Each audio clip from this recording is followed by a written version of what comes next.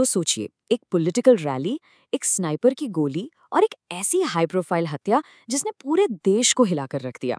जी हाँ, आज हम बात कर रहे हैं कंजर्वेटिव एक्टिविस्ट चार्ली कर्क के असैसिनेशन की। और इस केस से जुड़ी जो बातें सामने आ रही हैं वो सच में रोंगटे खड़े कर देने वाली हैं। और ये सिर्फ हेडलाइन के लिए कुछ शब्द नहीं है। ये उस घटना की कड़वी सच्चाई है जिसने पॉलिटिकल वर्ल्ड में एक तूफान ला दिया है। तो चलिए देखते हैं कि आखिर ये सब हुआ कैसे। तो सवाल यह है कि आखिर उस दिन हुआ क्या था? कैसे इतने बड़े पब्लिक फिगर को दिन के उजाले में निशाना बना लिया गया? चलिए इस हमले की पूरी कहानी को स्टेप बाय स्टेप समझते हैं। तो सीन कुछ ऐसा था। पिछले बुधवार चार्ली कर्क यूटा वैली यूनिवर्सिटी में एक रैली में स्पीच दे रहे थे। सब कुछ नॉर्मल चल रहा था और भाषण के बीच में ही अचानक एक राइफल शॉट की आवाज गूंजती है। एक ही गोली दूर से चलाई गई और वो सीधे किंग की गर्दन में जा लगती है। और इससे पहले कि कोई कुछ समझ पाता, हमलावर भीड़ में गायब हो जाता है। सोच कर देखिए, एक ही पल में सब कुछ बदल गया। अब हमलावर तो भीड़ में गायब हो गया, लेकिन सबसे बड़ा सवाल था, ये था कौन और पुलिस उस तक पहुंची कैसे? यकीन मानिए, इस कहानी का ये हिस्सा किसी थ्रिलर फिल्म से कम नहीं है, खासकर जब आपको पता चलेगा कि इसमें सस्पेक्ट के अपने परिवार का कितना बड़ा रोल था। पुलिस ने जिस शख्स को अरेस्ट किया है उसका नाम है टाइलर रॉबिन्सन। सिर्फ 22 साल का एक नौजवान, और उस पर चार्ली किर्क के मर्डर का चार्ज लगा है। लेकिन सुनिए, ये कोई आम ऑर्डर केस नहीं है।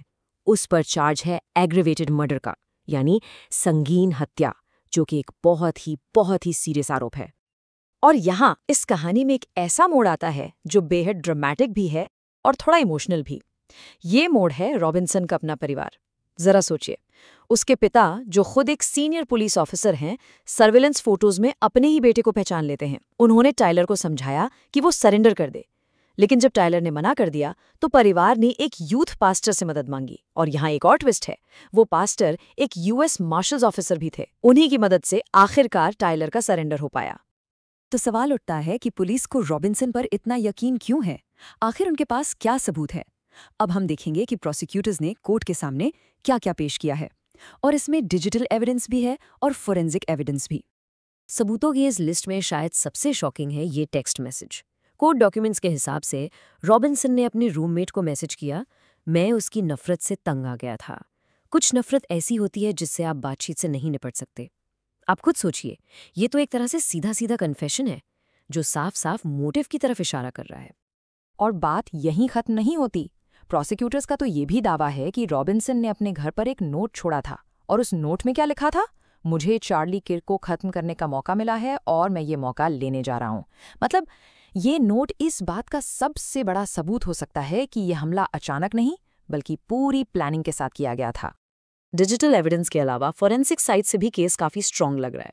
प्रोसिक्यूटर्स का कहना है कि उन्हें रॉबिन्सन का डीएनए 3 बहुत इंपॉर्टेंट जगहों से मिला है। कहाँ? पहला, उस राइफल के ट्रिगर पर जिससे गोली चली। दूसरा, उस तौलिए पर जिसमें राइफल को लपेटा गया था। और तीसरा, छत पर मिले एक स्क्रू ड्राइवर पर। मतलब एन वही जगह जहां से स्नाइपर ने गोली चलाई थी। ये सबूत उसे सीधे क्राइम सीन से जोड़ते हैं।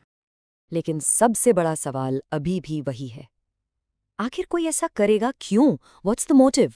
और यहीं आकर ये केस और भी कॉम्प्लेक्स हो जाता है, क्योंकि सारे इशारे एक पॉलिटिकल मोटिव की तरफ जा रहे हैं। तो चलिए बिल्कुल इम्पार्शियली देखते हैं कि इस एंगल पर अब तक क्या इन्फॉर्मेशन सामने आई है। इन्वेस्टिगेटर्स से बातचीत में रॉबिन्सन की मां ने बताया कि पिछले 1 साल में उनका बेटा ज्यादा पॉलिटिकल हो गया था।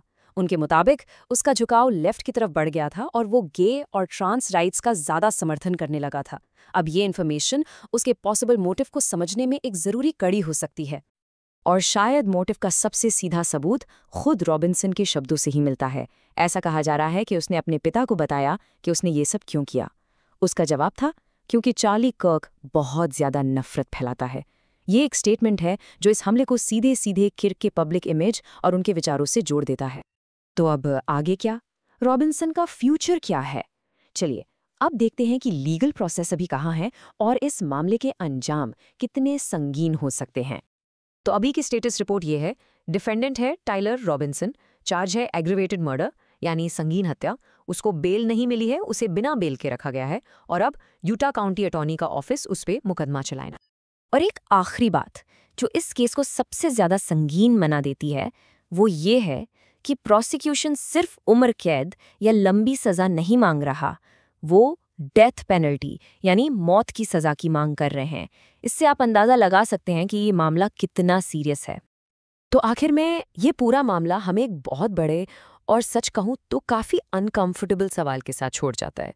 जब पॉलिटिकल डिफरेंसेस, जब विचारों की लड़ाई गोलियों तक पहुंच जाए, तो एक सोसाइटी के तौर पर हमें खुद से क्या सवाल पूछने चाहिए?